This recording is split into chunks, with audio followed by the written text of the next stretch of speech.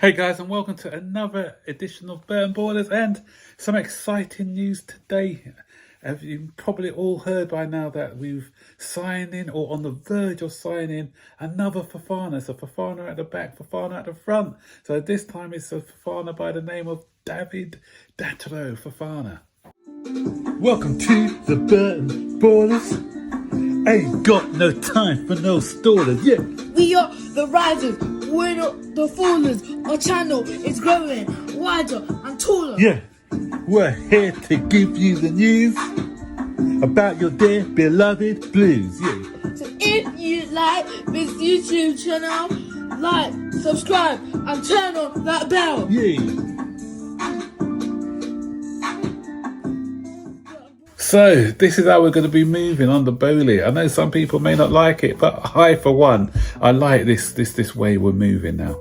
And then out of the blue, bang! Fabrizio Romano reported that we're signing David Datro Fofana. He's an Ivorian who plays for Molde in the Norwegian league. And and everybody who heard the news today was frantically searching YouTube videos to see what this guy's about. Because to be honest, nobody has heard of him. Anyone who said, "Oh yeah, I've heard about this guy," 9 times out of 10 they're probably lying. Some people may have heard about him, but most people didn't even know who he was, because I didn't even know who he was. And I like it that way. I like to get these players in who I don't know who they are, because from what I've seen on his 18 or 19, I think. And okay, he's playing in the Norwegian league, but so was Erling Haaland playing in the Norwegian league. But some of his finishes, some of his close control, dribbling, his confidence, boy, this guy, he looks good. He looks good. Obviously, when he comes to the Premier League, only time will tell. But he was wanted by Brighton, and Win Stanley, who was at Brighton, he was one of the strongest voices to say, let's get him in here now, because he can spot talent. Who had heard of Bissouma before, or Castillejo, people like that. So Brighton have got a good eye for talent. And so it's, people like N'Golo Kante as well. Okay, he's not from Brighton, from Leicester. He was unheard of before he came in, and now look at, he's obviously arguably our best player at the club. So, I want these kind of signings. I've been crying out for these kind of signings. We did that before, back in the day on the Eminalo, when we picked up your Courtois, your Lukaku's. Less about that the better, but young Lukaku was okay. We also picked up Kevin De Bruyne, Mo Salah, those sort of players who weren't on the radar of the bigger clubs. So what we need to do is find the talents, up and coming talents, and then we splash out on maybe 1 or 2 big players. We don't have to splash out, because what we've been doing in the past, we've been splashing out 70 million, 80 million, not getting a lot of return on our investment, if truth be told. So for me, digging out these smart buys, and getting them at the right price. 10 million is a bargain. If it doesn't work out, then we sell him on, and we haven't overly invested in the player. Is he going to come? It looks like he's coming in January. A work permit has already been worked on, apparently, and I think it's been agreed according to Matt Law. So we may be seeing him Mothersill coming in January.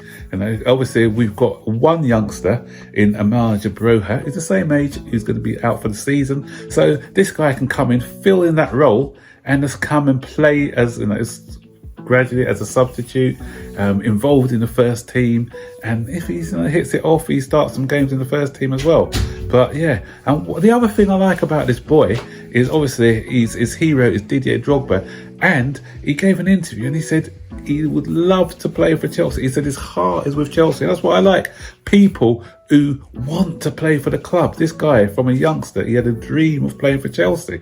So it's good to have somebody who actually wants to play for Chelsea. And we're kind of, not only we're looking at him, obviously he looks like the terms have been agreed. I think the fee's been agreed, only financial terms now for him. And obviously the fact that he wants to play for Chelsea, they should be quite easy to do. And we're looking at Makuku as well from Dortmund, another great player. We can get him on a free as well, because he hasn't renewed his contract at Dortmund. So these are the players that we're trying to get now, because as I said before, these so-called superstars at big money haven't quite worked out for us. So let's try these young, hungry players who have something to prove, someone with a bit of pace, energy, somebody who's going to be willing to fight for the club, hopefully. So, you know, we need to re-energize the squad, and there's also talk of Leal still coming in, and another one I'm not quite sold on is João Felix. Yes, great player as he is. I think he's a fantastic player, but I just think can he and Kai Havertz coexist in the same team? I don't think so. I think they've got similar attributes, and I can't really, you know, we haven't found a way of getting the best out of Kai yet. So to get this boy in as well, he's kind of a luxury player. He's the same kind of style as Havertz.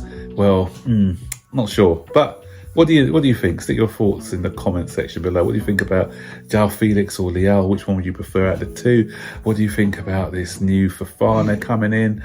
Are you excited by the prospect? Or, because I've heard people say, oh no, we're getting Brighton players and turning their nose up at it. But listen, these same Brighton players, you know, are the ones that, if they do well in the Premier League, we're going to be paying 70, 80 million pounds for in the future. We don't want to do that. We want to pay for them now when they're cheap, and, you know, create our own gems of the future, for the future, sorry. Makuku, what do you think about this guy as well? Stick your comments in the section below. So, you know, I'm excited by what I've seen. You know, a lot of people have probably seen the video as well and see it. And just before I go, just want to do one plug.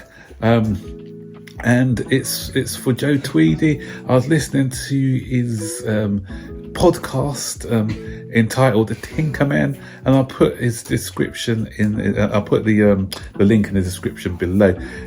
He explains precisely what Chelsea are doing. We're building, it's a new kind of way of doing things now. You know, I've been saying this for ages, guys, and he's kind of summed it up in a more succinct way than I could. And it's an hour and a half podcast, but it's worth listening to, because it will hopefully help some of the more impatient fans understand what direction that this club is trying to go in. So on that note, I'm going to sign off. So don't forget, guys, to like, subscribe, turn on all post notifications so that you'll be notified every time I make a new video. So take care for now. Goodbye.